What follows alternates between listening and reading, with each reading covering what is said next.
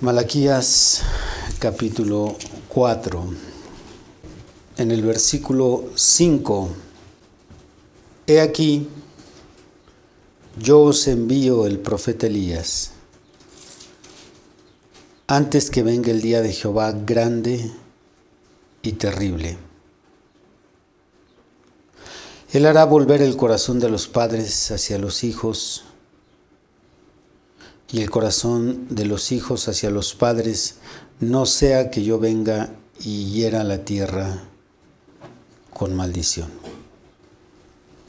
De ahí nos pasamos al siguiente libro, que es San Mateo, y vamos al capítulo 17. Mateo 17, en el versículo 9.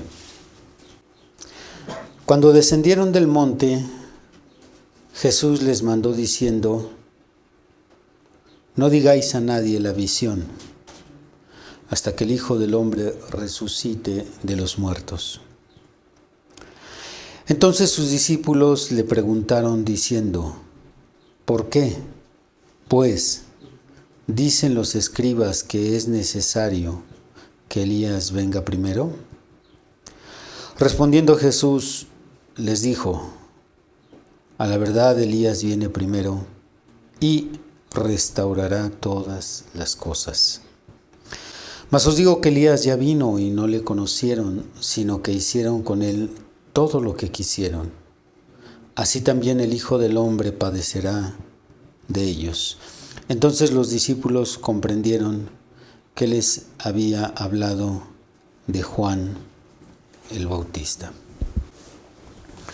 Personas que no sean cristianas y nos sintonicen el día de hoy, y también los que hoy nos acompañan, si no son cristianos y no conocen nuestra doctrina, los hermanos que empiezan a sintonizarnos, que tienen probablemente algunas semanas o meses, les comunico que estoy dando un estudio sobre la vida y sobre el ministerio de un profeta nacido en Estados Unidos.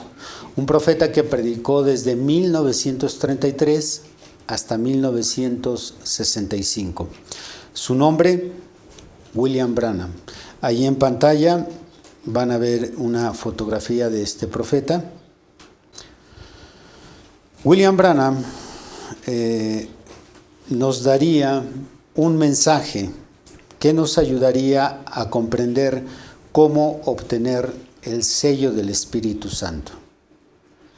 Esa era la médula central de todas sus predicaciones, de todos sus sermones. Él nos ayudaría a la iglesia del siglo XX y XXI a entender el camino hacia el sello del Espíritu Santo, sin el cual nadie podrá escapar de los juicios apocalípticos que están a punto de azotar la tierra. Estos juicios castigarán el pecado de la humanidad, pero el mensaje de William Marion Branham nos ayudaría a prepararnos para que cuando ocurra la segunda venida de Cristo no estemos aquí en la tierra sufriendo el castigo de la ira divina.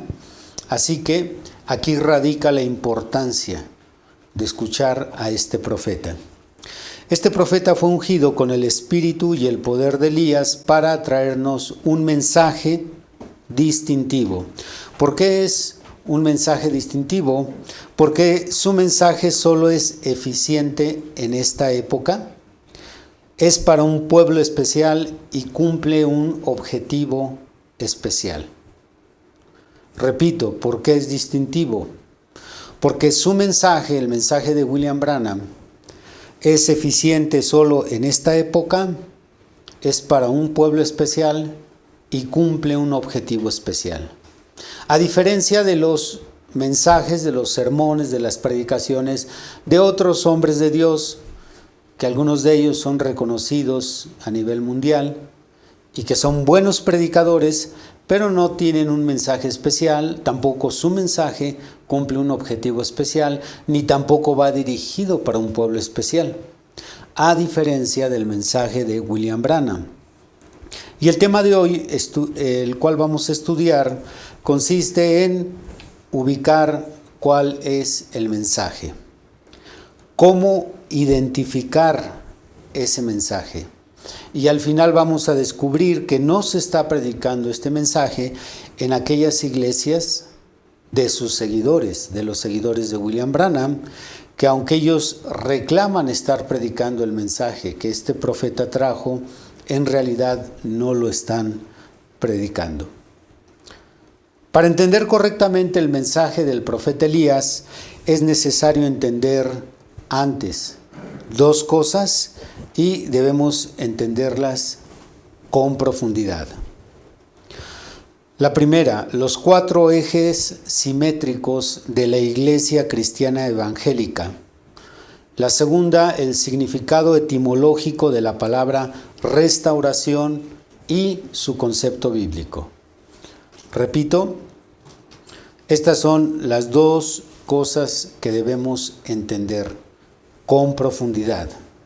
Los 4 ejes simétricos de la Iglesia Cristiana Evangélica, y la segunda cosa que debemos entender con profundidad es el significado etimológico de la palabra restauración y su concepto bíblico. Sin comprender a profundidad esto, va a ser muy complicado entender el mensaje del profeta Elías. Por eso es importante que comprendamos estas dos cosas. Repitan, los 4 ejes simétricos de la Iglesia Cristiana.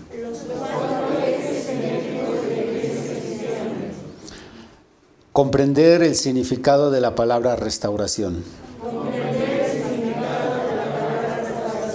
Ambas cosas son importantes.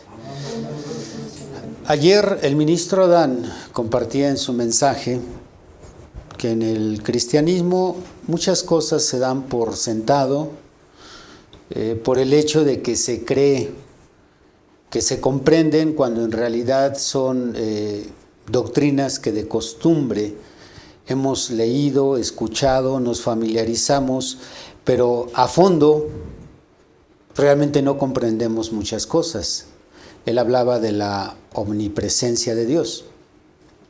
Entonces, todos hemos oído de la omnipresencia, de la omnipotencia, de la omnisciencia, pero comprenderlas, creo, si no a todos, a la mayoría, se les dificultaría explicar. No quiero que pase eso hoy con el mensaje del profeta Elías. Muchas iglesias del mensaje dicen el mensaje del profeta, el mensaje de restauración, pero no conocen realmente a fondo, con profundidad. Y nos va a ser complicado a nosotros mismos entenderlo, excepto comprendamos los 4 ejes simétricos de la Iglesia Cristiana Evangélica, y digo evangélica porque estoy excluyendo a otras iglesias, y excepto comprendamos la palabra restauración, su significado etimológico como su concepto bíblico. Por eso estas dos cosas son importantes para el tema de hoy. Muy bien, vamos a ver primero los 4 ejes simétricos de la Iglesia Evangélica. Nuestra primera imagen. Bien, aquí están los 4 ejes simétricos de la Iglesia Cristiana. Ustedes lo van a ver ahí en pantalla. Estos son los 4 ejes simétricos. La justificación es el primer eje, la santificación es el segundo eje, las manifestaciones sobrenaturales es el tercer eje y la doctrina. Son 4 ejes que conforman un todo del cristianismo evangélico. Cualquier cosa que se pueda citar de las creencias en el cristianismo evangélico se conectan a uno de estos 4 ejes. Cualquier cosa que usted pueda leer en los 66 libros de la Biblia evangélica se conectan a uno de estos 4 ejes. Estos son los 4 ejes simétricos de la Iglesia Cristiana Evangélica. Rápidamente voy a citar en qué consisten estos ejes. Ustedes han oído también, los que tienen años conociendo esta doctrina, sobre las 4 etapas de restauración o sobre las 3 etapas para llegar al sello del Espíritu Santo. Bueno, están conectadas a estos 4 ejes. Explicando muy breve, para no extender mucho esto, cada uno de estos 4 ejes. La justificación. La justificación consiste en el arrepentimiento del pecador que pretende acercarse a Dios una vez que ha decidido dejar atrás su estilo de vida. Y buscando el perdón de Dios, procede a bautizarse en agua para el perdón de sus pecados y rinde su voluntad a la voluntad divina, iniciando así la vida cristiana. Y a esto usted ya conecta el bautismo, la confesión, el arrepentimiento, el nombre de Jesús o el bautismo en el nombre de Jesús, etc. Todo eso va conectado a este eje que es la justificación. Lo vuelvo a repetir, justificación consiste en el arrepentimiento del pecador que pretende acercarse a Dios una vez que ha decidido dejar atrás su estilo de vida. Y, buscando el perdón de Dios, procede a bautizarse en agua para el perdón de sus pecados y rinde su voluntad a la voluntad divina, iniciando así la vida cristiana. La santificación, el segundo eje. El proceso por medio del cual el cristiano se limpia de los pecados que hay en su corazón, se libera de los demonios que él tiene y que lo impulsan a una vida moralmente sucia y simultáneamente adquiere virtudes cristianas, alcanzando así un estilo de vida que agrada a Dios. El tercer eje, manifestaciones sobrenaturales. Descubrimiento y obtención de los dones de Dios que nos permiten ser instrumentos para que su poder sobrenatural opere a través de nosotros. Repito, descubrimiento y obtención de dones de Dios que nos permiten ser instrumentos para que su poder sobrenatural opere a través de nosotros. Estas son las manifestaciones sobrenaturales. Cuarto y último eje, doctrina. Las confesiones de fe, basadas en la correcta y sana interpretación de las Sagradas Escrituras, por medio de las cuales sentamos nuestras creencias en Dios, la Biblia como la palabra de Dios y en el estilo de vida cristiano. Esto es la doctrina, todo de una forma resumida, porque de cada uno de estos ejes se podría predicar un sermón, se podría escribir un libro y hay mucho que decir. Repito, doctrina, las confesiones de fe, basadas en la correcta y sana interpretación de las Sagradas Escrituras, por medio de las cuales sentamos nuestras creencias en Dios, la Biblia como palabra de Dios y en el estilo de vida cristiano. Estos son los 4 ejes simétricos del cristianismo evangélico que forman el todo del evangelio completo. Si uno de ellos falta, no es un evangelio completo. De hecho, de aquí se parte para poder distinguir entre las iglesias de evangelio completo y las que no son del evangelio completo. Aunque se autonombren iglesias de evangelio completo, si falta uno de estos ejes, no puede ser evangelio completo. Ahora pasemos al significado de la palabra restauración. Aquí sí, prepárense, porque a lo mejor les va a costar un poquito más de trabajo, ya que entramos en palabras griegas. La palabra restauración que aparece en nuestros versículos que leímos ahí en Mateo 17 y en otros versículos que estaremos leyendo, se traduce de la palabra griega apokatistemi. Esa es la palabra que aparece en el griego original de la Biblia, apokatistemi. Esa es la palabra griega, de la cual, de esta palabra de apokatistemi se traduce reconstruir, restaurar nuevamente. Esa palabra es importante que la acompañe, restaurar nuevamente. Y esta palabra de apokatistemi está compuesta de dos palabras, es una palabra compuesta. Apo, que significa nuevo o de nuevo, y nuevamente. Y tistemi significa construir. Apokatistemi, de nuevo, nuevamente, construir. Y el significado es volver a poner en un estado anterior. Volver a poner en un estado anterior.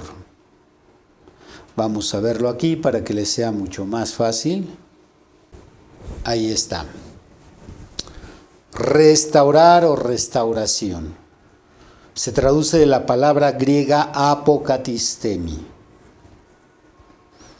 de la cual, de apokatistemi, se traduce al castellano reconstruir o restaurar nuevamente. Ya el significado de ambas palabras es volver a poner en un estado anterior.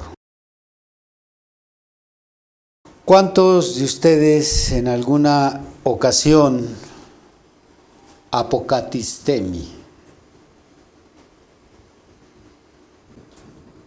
¿Nadie apokatistemi? ¿Nadie ha restaurado nada? Apokatistemi es volver a poner en un estado anterior. Ejemplos que hemos usado en otras ocasiones muy sencillos: cuando uno compra una casa nueva o construye una casa nueva, con los años se deteriora, se va despintando, se va agrietando la pared, etcétera, y dicen vamos a restaurar la casa. Es vamos a volver a poner esta casa en su estado anterior, como cuando estaba nueva. Eso es apokatistemi, restaurar. A ver, ahora sí, ¿cuántos alguna vez apokatistemi? Restauraron su cocina, su carro, algún mueble, vamos a restaurarlo, lo llevamos con el tapicero, el sillón, y nos lo deja como nuevo, como estaba antes. Eso es restaurar. Muy bien, apokatistemi es la palabra que aparece en Mateo 17:11 y leemos como restauración. También podemos leer apokatistemi en Hechos 1:6. En Hechos 1:6 los apóstoles le preguntan al Señor Jesús: ¿restaurarás el reino de Israel en este tiempo? Esto es, a ver, ¿quién me lo dice? Ya traduciendo la palabra apokatistemi, no restaurarás, sino con su significado. La misma pregunta, pero que me la dé ahora con el significado. No hay filósofos esta mañana hoy aquí. ¿Les está costando el trabajo? A nuestro hermano Abel allá atrás. Es volverás a poner en su estado anterior. Ay, se me fue ahorita. A la nación de Israel. Volverás a poner en su estado anterior. La pregunta de ellos era, en los días de Josué, la nación de Israel era la cumbre. En los días de Josué conquistamos, todos estaban bajo nuestro poder, estaban subyugados. Nosotros éramos el imperio más grande en los días de Josué, aquella gloria que perdieron. Y luego en los días de Salomón, la nación más poderosa y más rica de la tierra, Israel.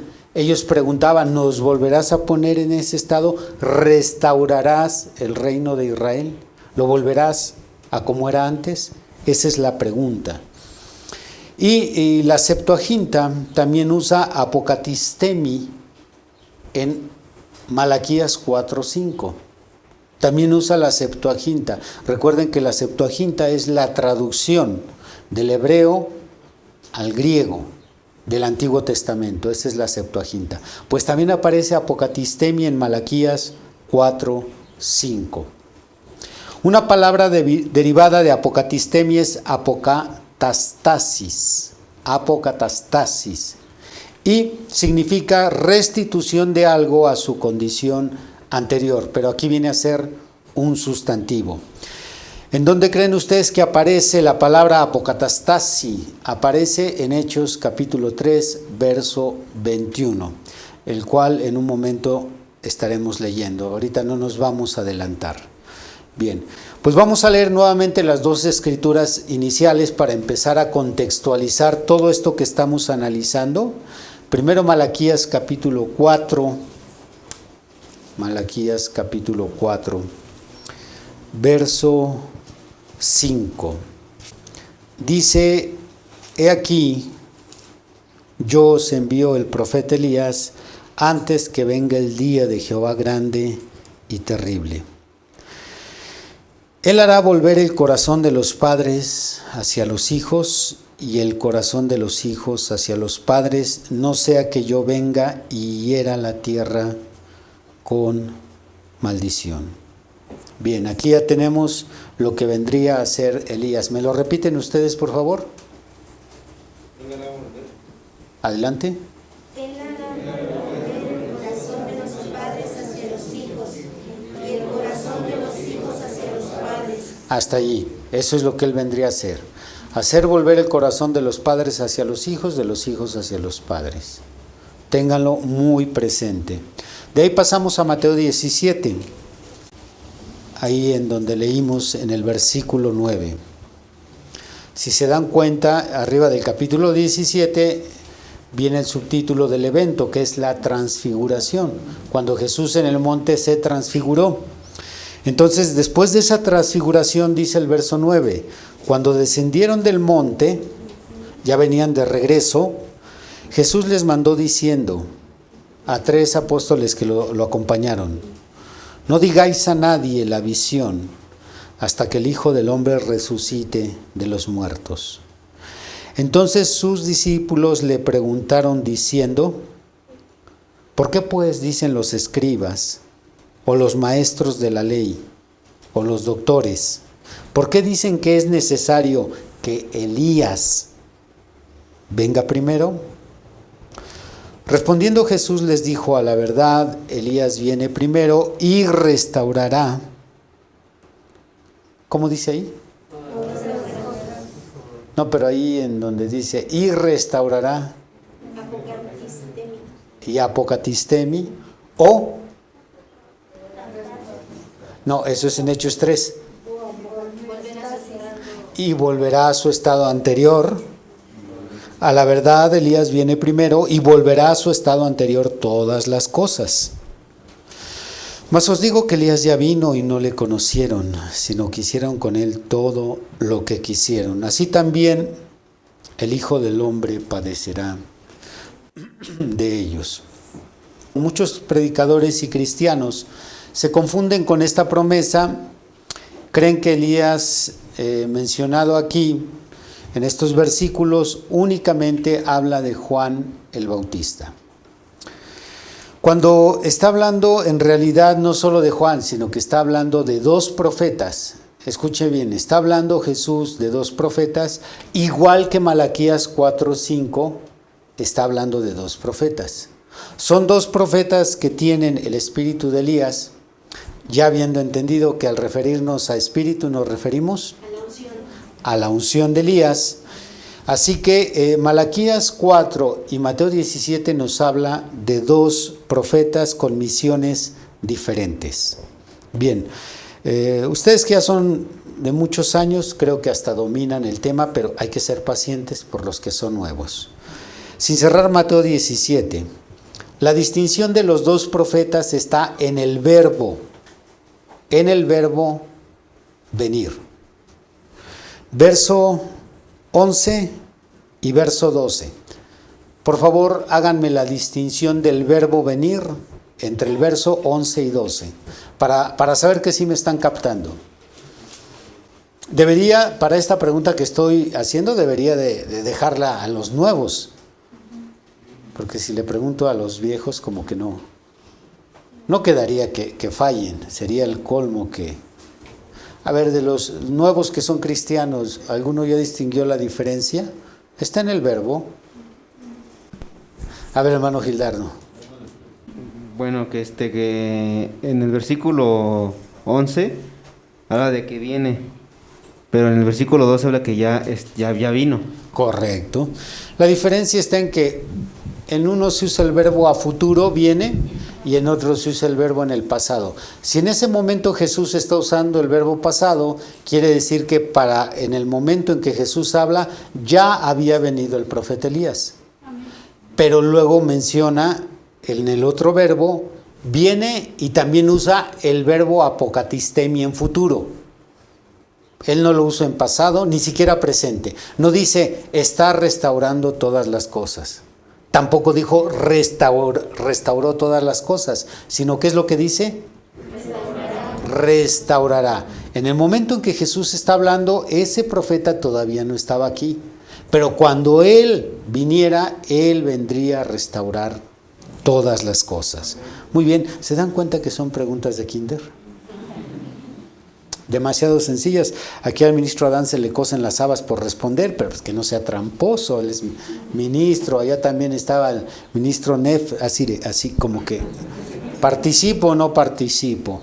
Muy bien. Ahora, Malaquías 4:5 también está hablando de dos profetas. Ahora sí, los que ya son de años, ¿cómo distinguimos que está hablando de dos profetas? ¿Cómo sabemos que son dos y no uno solo? Vayamos a Malaquías 4:5 para que lo vuelvan a leer y me digan. Son, repito, preguntas sencillas, pero son importantes antes de avanzar.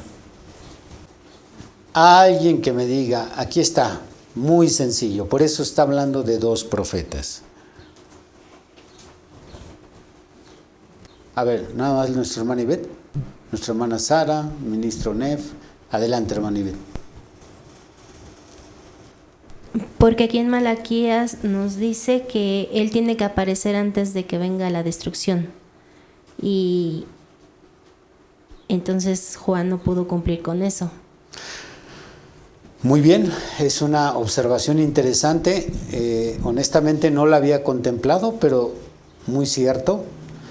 El profeta Elías vendría antes del día de Jehová grande y terrible. Vino Juan el Bautista, el día de Jehová grande y terrible no ha llegado, pasaron casi 2000 años. Por lo tanto, ahí se nos habla de un personaje en especial. Pero hay otra cosa que nos hace distinguir todavía más marcadamente, que son dos.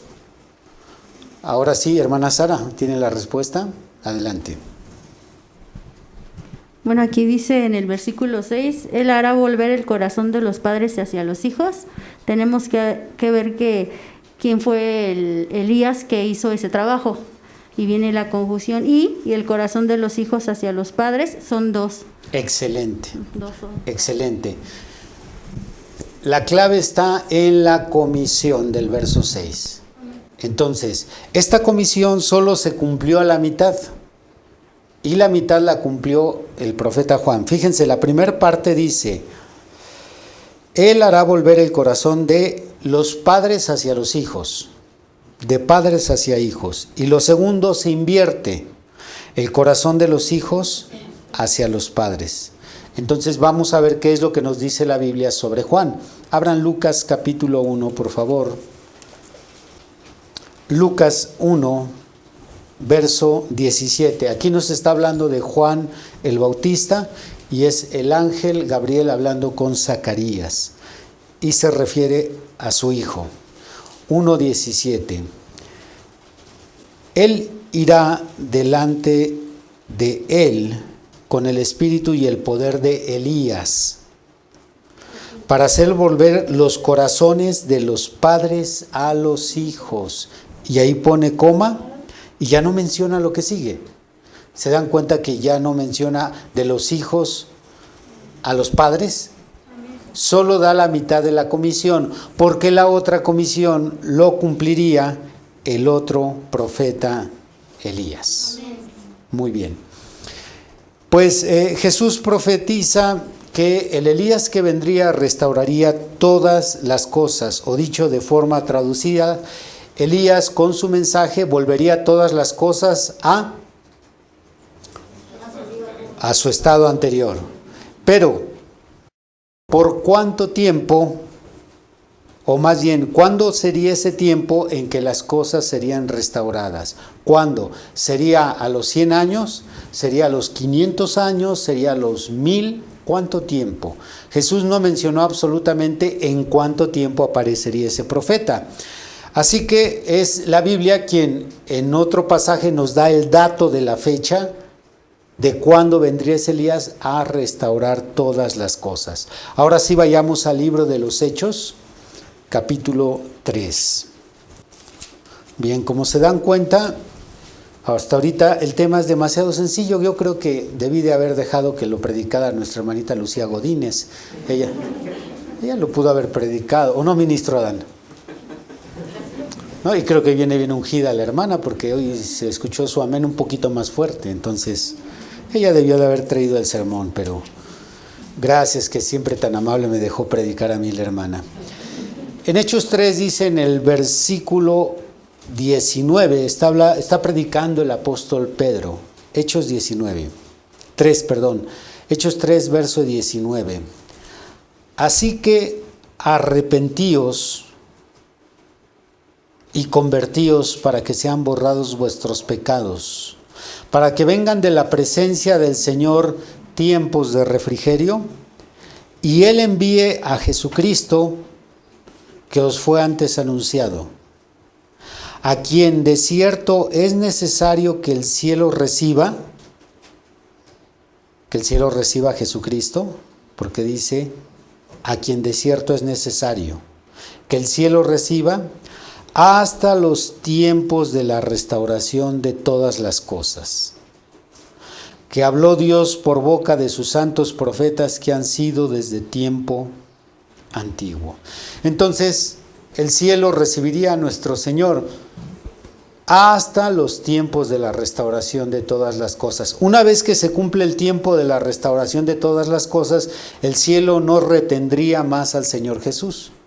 Entonces, Él saldría del cielo y vendría a la tierra. Así que esto lo asociamos con la segunda venida de Jesucristo. Y si la mayoría del mundo evangélico concuerda que estamos viviendo muy cerca de la segunda venida de Cristo, esto equivale a que estos son los días de la restauración de todas las cosas. Muy bien. ¿Sencillo? Sencillo, ¿no? Cualquiera lo explica.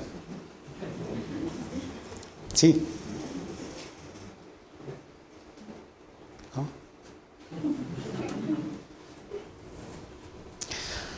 Pregunto, ¿qué cosas son las que deben volver a un estado anterior? Porque lo que es el sustantivo cosas puede abarcar mucho. Entonces, ¿qué cosas deben de volver a su estado anterior?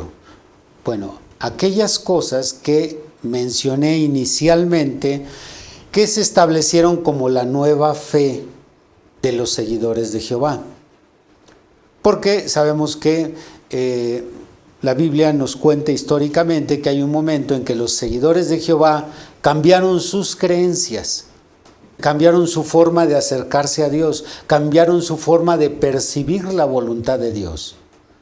Hay lo que se llama un hito que marca la diferencia entre los seguidores de Jehová, y en ese hito se establece una nueva forma de creer en Dios, una nueva forma de obedecerlo, una nueva forma de concebirlo, una nueva forma de seguirlo.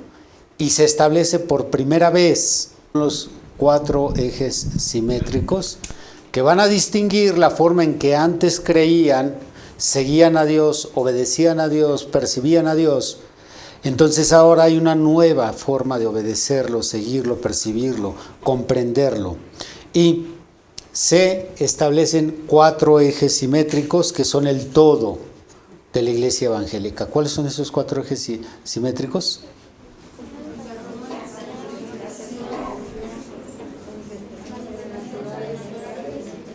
Exactamente. Justificación, santificación, manifestaciones sobrenaturales y la doctrina. Y entonces ahora con estos nuevos 4 ejes nace una nueva forma de seguir a Dios, entender a Dios, enseñar a Dios, comprender a Dios, obedecer a Dios, porque hay 4 ejes simétricos. Y esos 4 ejes simétricos que se establecen son todas las cosas a las que se refiere Hechos 3:21 y a las que se refiere Jesús en Hechos 17:11. Todas las cosas. Está hablando de esas cosas nuevas para el pueblo judío. ¿Hasta ahí estamos bien? Muy bien. Esos 4 ejes son los 27 libros del Nuevo Testamento frente a los 39 del Antiguo Testamento. Porque todo es distinto, tocante a los puntos ya mencionados. Cuando estudiamos la historia de la iglesia cristiana, podemos ver una pérdida gradual de estos 4 ejes. Se perdieron en un periodo aproximado de 550 años. Estamos en el año 2021. ¿Cuándo inicia el mundo cristiano o la iglesia cristiana? En el año 33, con la muerte, resurrección de Cristo y la fundación de la primera iglesia en Pentecostés, Hechos capítulo 2. Allí inicia. Han pasado, en el calendario romano, han pasado aproximadamente 1990 años, pues en este periodo de tiempo, de 1990 años, casi 2000 años, bueno, hay un lapso de historia bíblica en el cual los primeros 550 años se perdieron los 4 ejes, se perdieron. ¿Qué fue lo que se perdió?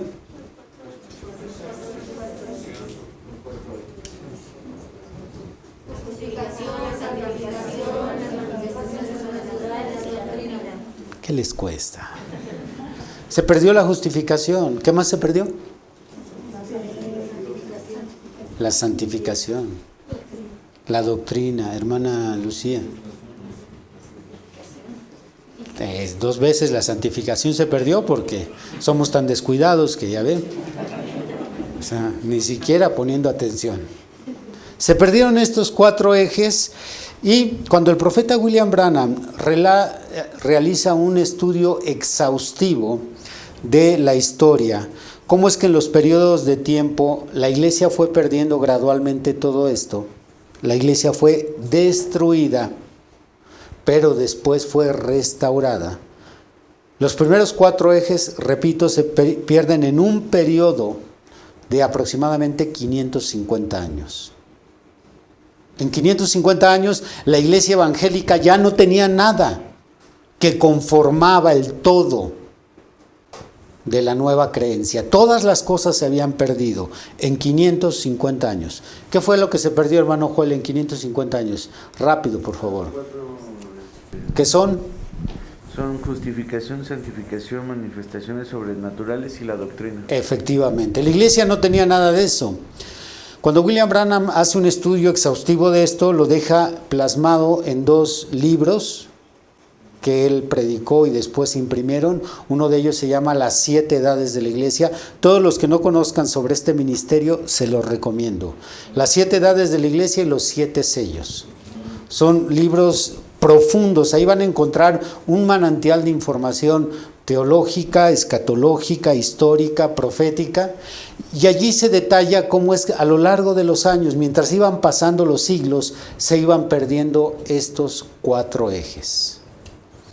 Veamos la siguiente gráfica para darnos una idea de, primero, la destrucción, la pérdida de los 4 ejes, y después la restauración. ¿Qué es restauración? ¿Cómo? Apocatistemi, pero ¿qué más significa? Volver a su estado anterior o restaurar nuevamente. Cualquiera de los significados debemos de acomodarlo ahí. Volver a su estado anterior. ¿Cuál estado anterior?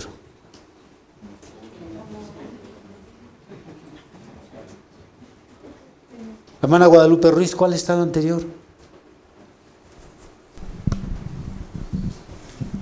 A los 4 ejes. Exactamente. ¿Alguien que lo diga de otra forma? Cuando estaban todas las cosas inicialmente. ¿Y esas cosas qué eran? Los 4 ejes. ¿Y qué son esos 4 ejes? Yo sabía que ustedes saben todo eso. Nada más me están viendo la cara, ya lo saben. Hombre, les gusta hacerme sufrir. Yo creo que han de haber hecho un consenso, vamos a hacer sufrir al pastor. Ok, vamos a ver aquí una idea de cómo es que... aquí está.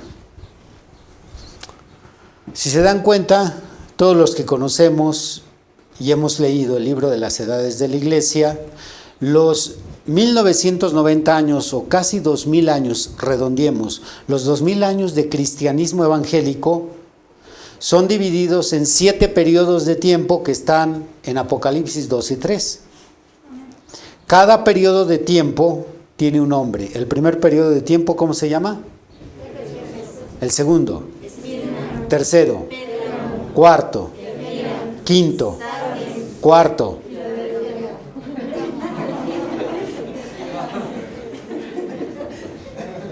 ¿Ven? Pues también ahí van como borreguitos, hay que hacer eso.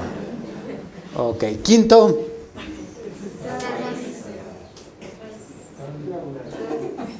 Sardis. Sexto. Séptimo.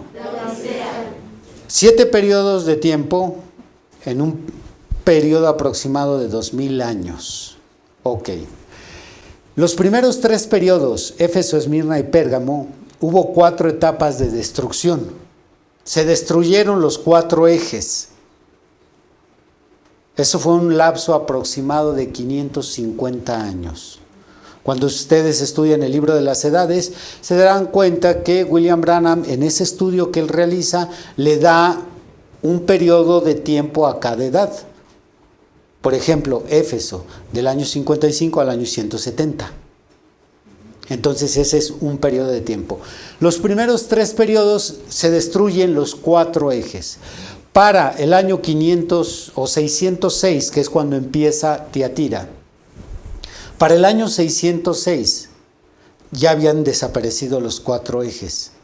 Es por eso que en la historia se conoce ese periodo de tiempo de Tiatira como la época del oscurantismo. Teológicamente es la época en que la iglesia no tenía nada de luz sobre los 4 ejes. Todo eso había sido destruido en términos espirituales. Pero el Señor nos está diciendo en Mateo 17:11 que Elías vendría y restauraría todas las cosas. Ahora, atentos. Después de Tiatira empieza Sardis y allí va a empezar la restauración de los 4 ejes. La restauración de los 4 ejes. ¿Cuáles son esos 4 ejes? Ay, Dios mío, todo se me olvida, yo no sé qué hago predicando.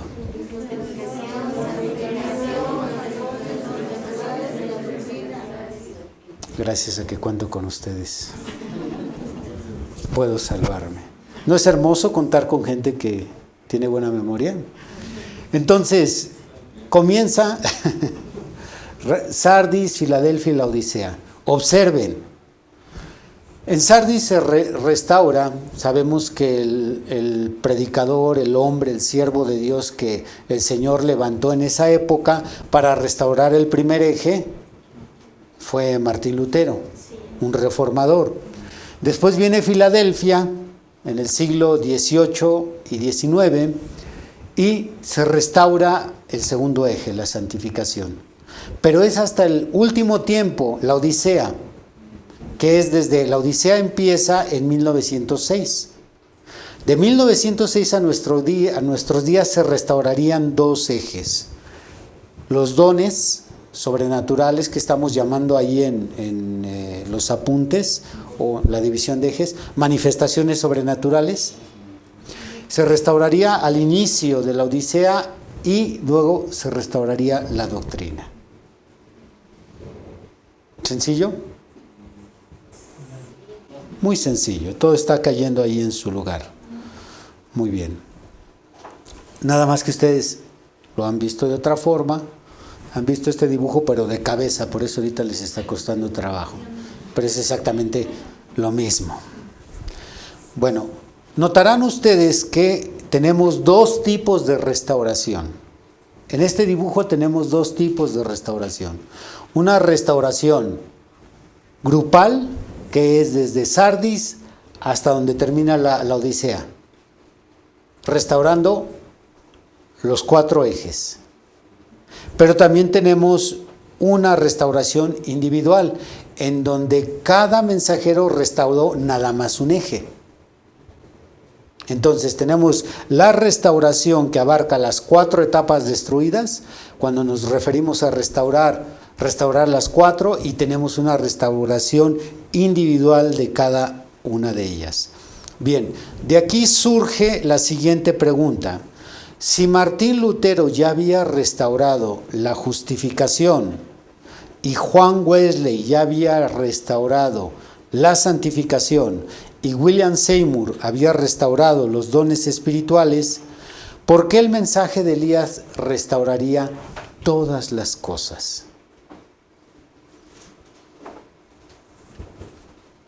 Creemos, es lo que hemos escuchado por años, que Lutero restauró la justificación, Wesley la santificación.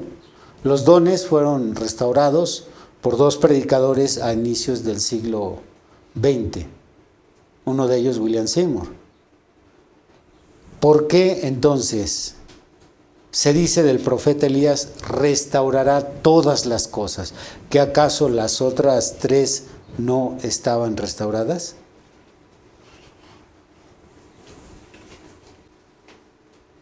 Ahora sí quiero a los filosos. Mi hermano Abela ya levantó la mano.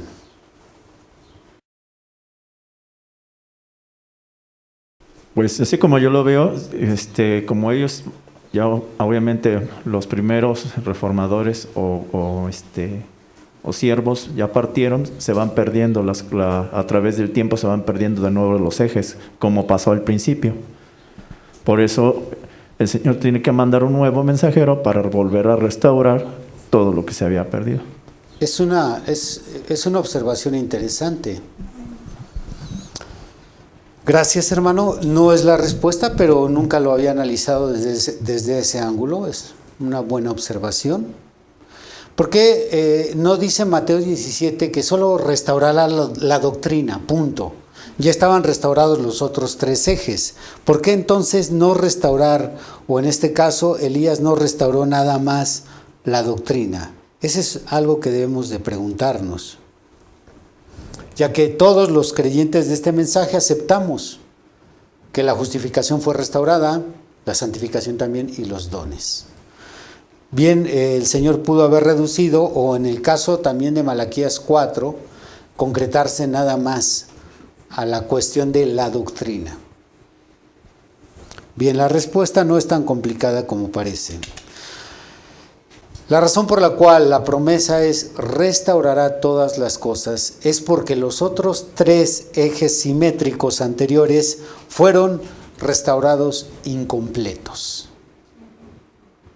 Lo que restauró Martín Lutero no quedó totalmente concluso, ni lo que restauró Wesley, ni cuando se restauran las manifestaciones. Quedaron muchas cosas inconclusas, porque como ellos no eran profetas, sino solo reformadores o mensajeros, por eso es que dejaron inconclusas aquellos ejes que les tocó restaurar. Por ejemplo, Lutero restaura la justificación por la fe, pero no restauró el bautismo en el nombre del Señor Jesucristo. Lutero no bautizó en el nombre del Señor Jesucristo, junto con otros temas relacionados a la justificación, que ya cuando llega William Branham, él sí nos los traza por medio de la Biblia. La santificación también quedó inconclusa.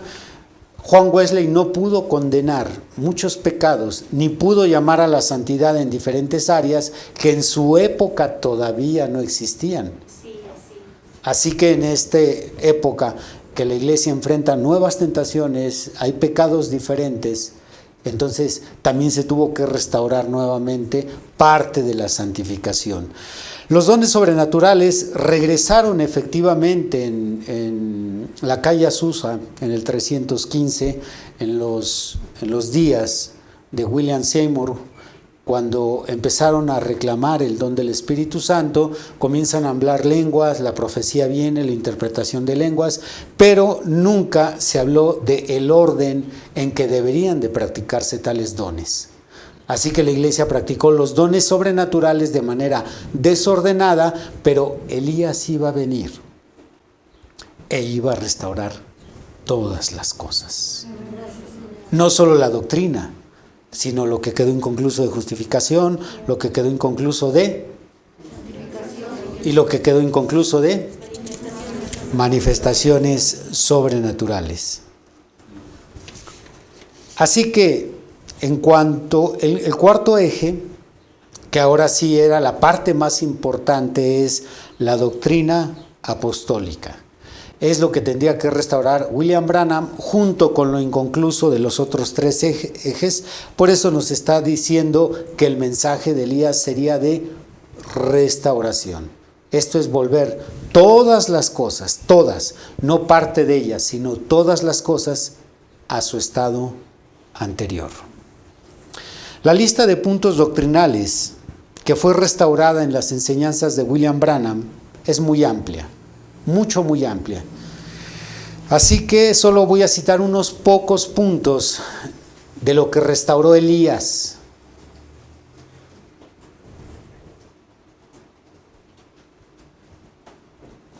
Otra vez, ¿qué restauró Elías? Pero si hablamos de su solo eje, hermana Marta Leonor, nada más el de él. La doctrina, correcto. Es el cuarto eje, la doctrina. Recuerden que tomó lo inconcluso más el de él. ¿Cuál es el de él, hermana Janet? La doctrina, muy bien. Entonces, ¿cuál es la doctrina que restauró William Branham con su mensaje de restauración? Repito, es larguísima, pero cito algunos puntos. La verdad sobre la caída del huerto del Edén. Sabemos que no fue desobediencia ni una manzana que comieron, sino un adulterio entre la serpiente y Eva. La promesa de un profeta en el último tiempo. Muchas doctrinas, la mayoría descarta el ministerio profético en estos días. ¿En qué se basan? Bueno, en muchos pasajes que no analizan a fondo. Uno de ellos, Lucas 16:16, la ley y los profetas hasta Juan. Pero la doctrina de restauración restauraría la creencia en el ministerio profético en la actualidad. La dispensación gentil dividida en 7 periodos. Las etapas de la gracia como un camino hacia la restauración. La verdad sobre el sello del Espíritu Santo. La vigencia del cabello de la mujer como el velo para orar. La vestimenta correcta de una cristiana. La verdad sobre la predestinación. La unidad de Dios y la lista continúa. Entonces, el mensaje de restauración de la doctrina es mucho, pero mucho, muy amplio. Bien, voy preparando la pista de aterrizaje, hermanos. No se desesperen, ya voy a acabar. Ustedes saben que yo siempre acabo, ¿cuándo? Cuando termino. Sí, así que ya voy a acabar. Ahora, entendiendo cuál es el mensaje de restauración, lamentablemente no es este mensaje de restauración lo que están predicando muchas iglesias que creen en William Branham como profeta. Más bien, en lugar de predicar el ministerio de Elías y su mensaje, la mayor parte de los sermones de nuestras iglesias hermanas contienen lo siguiente. Sus sermones contienen asuntos de la vida personal de William Branham. Como es temas sobre su familia, se la pasan hablando de José, el hijo del profeta, se la pasan hablando de Billy Paul, se la pasan hablando de Rebeca, se la pasan hablando de la vida de William Branham, la vida personal de él. Se la pasan hablando de sus hobbies, cuando el profeta se iba a casar o se iba de caza con su rifle, cuando el profeta se iba de pesca, Se la pasan hablando de sus experiencias personales, se la pasan hablando de sus amigos. Eso es lo que la mayoría de sermones, desgraciadamente, contienen en muchas de las iglesias donde dicen predicar el mensaje de restauración. Lo segundo que contienen casi todos sus sermones son temas periféricos. Sí llegan a hablar algunas cuestiones del mensaje de restauración, pero en la mayoría son temas periféricos, como son sus visiones, sus testimonios de sanidad, sus experiencias sobrenaturales. Sus visiones, cuando él vio aquel oso de puntas plateadas, cuando él vio aquel ángel que le dijo, cómete un dulce, cuando él vio esto, entonces gran parte de los sermones que se predican en los púlpitos de estas iglesias hablan de visiones, testimonios, experiencias sobrenaturales. No del mensaje de restauración. Ustedes ya saben cuál es el mensaje de restauración. Lo tercero, novedades. Supuestas revelaciones como el retorno, la octava edad, la carpa, los 7 truenos, etc. Desgraciadamente, nuestras iglesias no están predicando el mensaje de restauración. Están llenando sus predicaciones con todos estos puntos que estoy mencionando. Ahora, para ustedes que aman el ministerio de William Branham, que aman esta revelación, no le estoy restando importancia a todo lo que mencioné. Que nadie crea que yo menosprecio las visiones. Que nadie diga que yo menosprecio lo que William Branham testificaba. Yo pienso que todo eso tiene su lugar, pero no debe de ser el tema central de un sermón. No puedo emplear 20 minutos, 30 minutos, menos todo el sermón, hablando de cuando William Branham se fue a casar, tuvo una visión, tuvo esta experiencia. No puedo usar el tiempo sagrado de un culto para estar hablando sobre la vida personal del profeta o de temas periféricos. ¿Cuál es realmente el mensaje de Elías? ¿Un mensaje de? ¿Más fuerte? Ese es el mensaje de Elías. Y ya vimos qué es lo que se tiene que restaurar. La doctrina, el cuarto eje simétrico, junto con las cosas inconclusas de los otros 3 ejes. Eso es en lo que tenemos que estar empleando nuestros sermones. Yo tengo que estar predicando un tema vinculado a los ejes, no sobre la vida de un hombre. William Branham, aunque es profeta y aunque su ministerio nos importa, con todo y eso hay que separar de la vida personal. Por eso es que preparé los 2 temas anteriores. ¿Quién es Elías? ¿Y quién es William Branham? Y en base a estos 2 temas ustedes tienen que balancear. Les pregunto, ¿a quién vamos siguiendo nosotros? Piense bien la respuesta. ¿Vamos siguiendo a William Branham o vamos siguiendo el mensaje de Elías?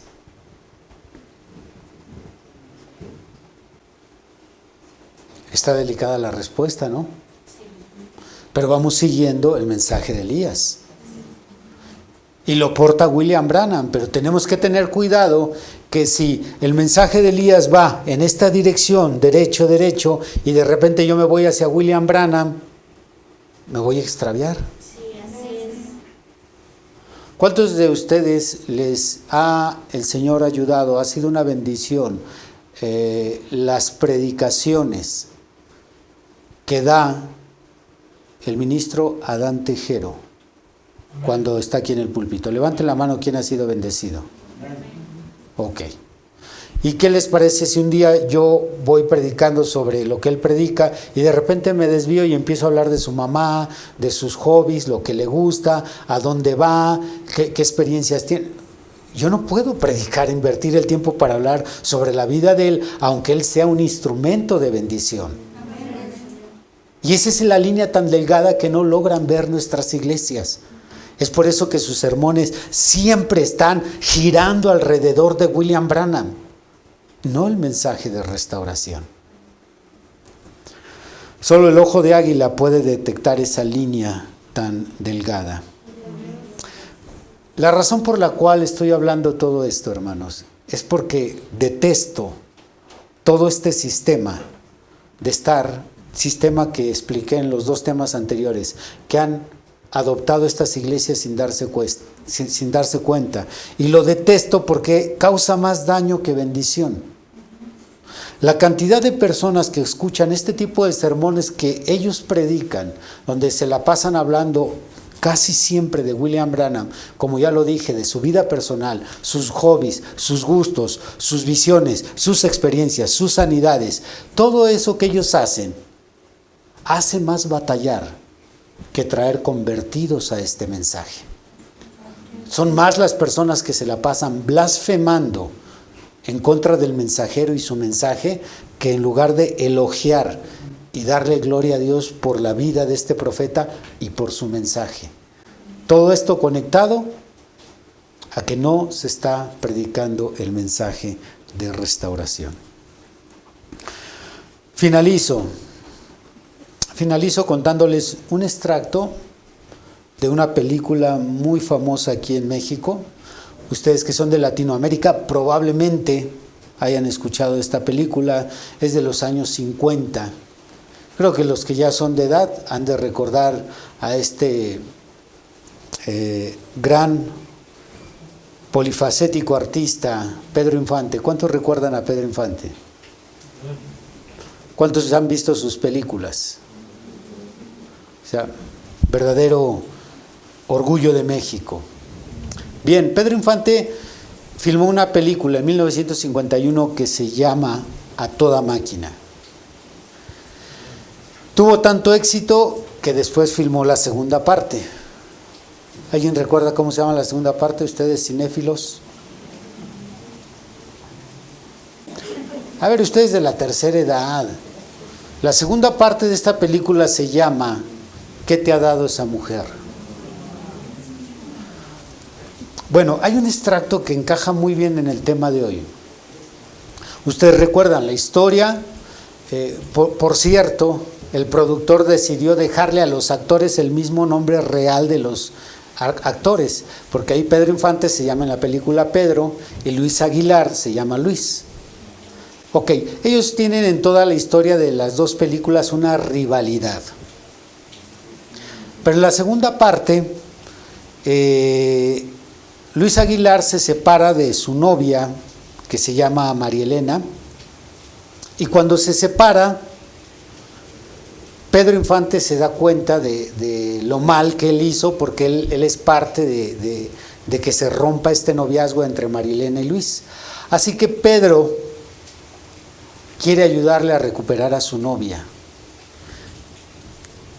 Van con una serenata, y mientras están con la serenata afuera de la casa de María Elena, tratando de reconquistarla para Luis, Pedro se mete y le dice: hemos venido a pedir su mano. Luis Aguilar está afuera cantando con la serenata y Pedro le dice: vaya por sus papás porque venimos a pedir su mano. Y ella le dice: no puedo. Se siente muy miserable, ella dice: no puedo. Se descontrola Pedro y le dice: ¿cómo que no puede? Vaya, porque usted no le va a romper el corazón a mi amigo. Después de que ella insiste en que no y que no y que no, se ve orillada a hablar y le dice: lo que pasa es que amo a otro hombre. Pedro se queda sorprendido y dice: ¿cómo es posible? Usted no va a hacerle eso a mi amigo. Y dice: lo que pasa es que lo amo a usted. Séquese la lágrima, porque yo sé que esto está triste, pero ahorita no estamos para telenovelas. Gracias, hermano. Cuando Pedro Infante escucha algo como eso, dice: ¿cómo usted va a destrozar el corazón de mi amigo? Dice: es la culpa de él, porque él todo el tiempo me hablaba de usted. Pedro para allá, Pedro para acá, hasta en la comida apareció usted. Habló tanto de usted que terminé enamorándome de usted. Dígame si eso no es lo que le ha pasado a nuestras iglesias del mensaje. Están tan enamorados de William Branham porque todo el tiempo,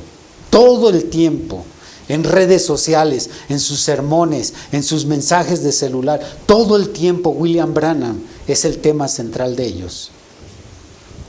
Se han terminado enamorándose de él en lugar del mismo Señor Jesucristo. Qué triste. Muy bien, pues hasta aquí nuestro tema de hoy, hermanos. No tiene caso que siga ampliando, ustedes son muy inteligentes, captaron todo. Dale al de al lado puño, dile, te felicito por lo inteligente que eres. Allá también dense puño así. Muy bien, hermanos, pues vamos a dar, tenemos tiempo de preguntas, 2 preguntas, ya para dar el lugar del púlpito a nuestro hermano. Adelante, hermano. Quisiera que se explicara para los nuevos a qué se refiere restaurar el corazón de los padres o volver. Muy bien, la palabra volver, curiosamente acabo de responder eso en Pregúntalo Aquí hace 2 programas. La palabra volver en el contexto bíblico significa regresar con Dios o regresar a sus caminos. Y cuando ahí la Biblia nos está hablando de padres e hijos, se refiere no a la genealogía biológica, sino se refiere a un concepto de generaciones. Por ejemplo, para los judíos, la generación anterior son los padres y ellos en la actualidad son los hijos. La generación futura, para ellos serán hijos y en la actualidad ellos vienen a ser padres. Entonces, interpretar padres e hijos biológicamente le quitará el sentido a Malaquías 4:6. Por lo tanto, interpreten el verso 6 con generaciones. Es lo que hace Lucas 1:17. Es lo que hace Hechos 3, versículo 21 al 23. Es a lo que se refiere padres, hijos y volver. Y la última, sobre la restauración, un judío pudiera decir que se refiere a los 4 ejes del Antiguo Testamento, porque Malaquías justamente está en esta parte de la Biblia. ¿Cómo se refuta? Se refuta con otros textos bíblicos.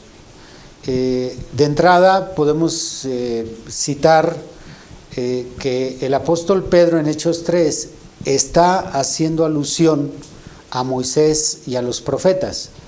Entonces, cuando tomamos lo que dijo Moisés y otros profetas y lo estudiamos a detalle, nos daremos cuenta que no se refería a la ley judía, porque más bien la ley judía, lo que se anticipa por boca de los profetas es que esta caducaría. Ejemplo, Jeremías capítulo 30, ahí se anticipa que vendría otra nueva ley, ya no una ley escrita con mano, escrita con tinta, sino una ley que se escribiría en la mente y en el corazón. Cuando empezamos a juntar esas escrituras nos damos cuenta que no se habla de una restauración de la ley, sino más bien se habla de la restauración de los ejes que ya expliqué.